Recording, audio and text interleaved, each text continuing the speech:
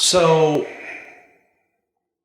let's talk about some other changes in the office. Another front office change in the WWF is the addition of Jake Roberts to the booking committee. Roberts has been pushing for this for several months. The way the structure is set up right now, Roberts will join Cornette as the assistant to Bruce Prichard, who writes the television shows. Despite other people taking heat for the booking, the booker has and always will be Vince McMahon. Although Prichard, Cornette, Ross, and Briscoe certainly have a hand in coming up with ideas, it's still McMahon's decision on what ideas are going to be implemented and how. The role for other people has always been to take the heat, which is actually a role historically in wrestling where many major promoters of the past actually did their own booking and storylines. They would use a loyal wrestler as their booker to deliver the messages and thus take the heat from people who aren't happy with their push, which is 95% of the guys in wrestling. So, what do you make of this report that Jake was going to be your assistant? Jake was not going to be my assistant in any way, shape, or form. Jake was coming on to be a part of the creative team and help us write TV and be able to help with finishes.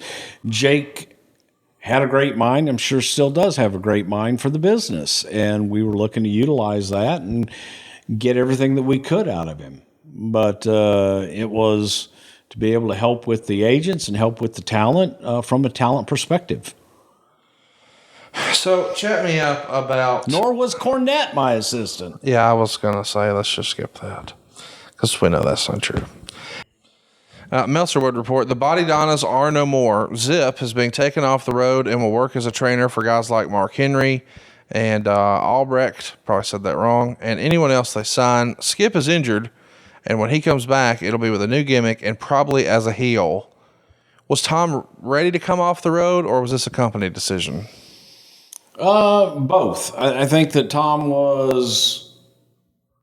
I don't know that Tom really wanted to come off the road. I think that he was tired of taking bumps and tired of the travel, especially up there. But at the same time, there was an opportunity. We needed a trainer. We needed someone to be able to come in and take some of these new guys, the Mark Henrys, the Malcolm Albrechts of the world that we were going to bring in. And instead of sending them somewhere that you can't keep an eye on them with somebody that you don't know, give them to somebody you know. Give them to somebody you know in a place where you can see them. The other thing I wanted to mention there is, there's a term we use in the real estate business on an appraisal called the highest and best use. And I think you could argue the highest and best use of Tom Prichard in this era was training the next crop of superstars, not necessarily being one half of the Body Donnas. Absolutely. I think Tom's the best trainer in the business. Shout out to the Jacobs Prichard Wrestling Academy in Knoxville, Tennessee. Anything else we want to say there?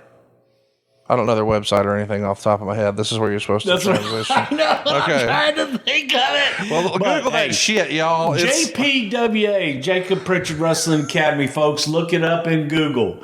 What's funny is we're sitting side by side in my living room, and I look at him, and he gives me this stare back like, what the fuck do you want me to say? And I'm like, well, I just plugged it. I thought you'd sell it. And, oh, yeah, we forgot the website. But you know what to do. Just type it in your Google machine.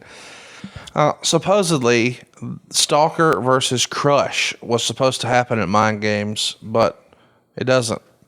Do you think it was decided against, or is it just cut for time? I have no idea. Probably no idea. Let's talk about Mind Games in Philadelphia. It's the first wrestling show in what's now known as the Wells Fargo Center. Of course, at the time, Philly is the home of ECW, and Mick Foley is main eventing in his first WWF pay-per-view, and it's a world title match. And man, what an unlikely story it was. He debuted right after WrestleMania on Raw. Very quickly is programmed with The Undertaker, and the historical significance of him beating The Undertaker and doing it at SummerSlam and in a brawl like that. And he took Paul Bearer, and now he's headlining for the world title. This has got to be just a dream for Mick Foley at the time. Sure, it's a Cinderella story all the way. Yeah. And it was something that I think that a lot of people wouldn't have expected. You come on in and beat The Undertaker right away, and probably one of the most unconventional opponents for Shawn that you could pick. And I think everybody saw that this was like, oh, this wouldn't be your normal ascension. The show got pretty good reviews in the Wrestling Observer. 79.1% thumbs up, 12.4% thumbs down, 8.4% thumbs in the middle,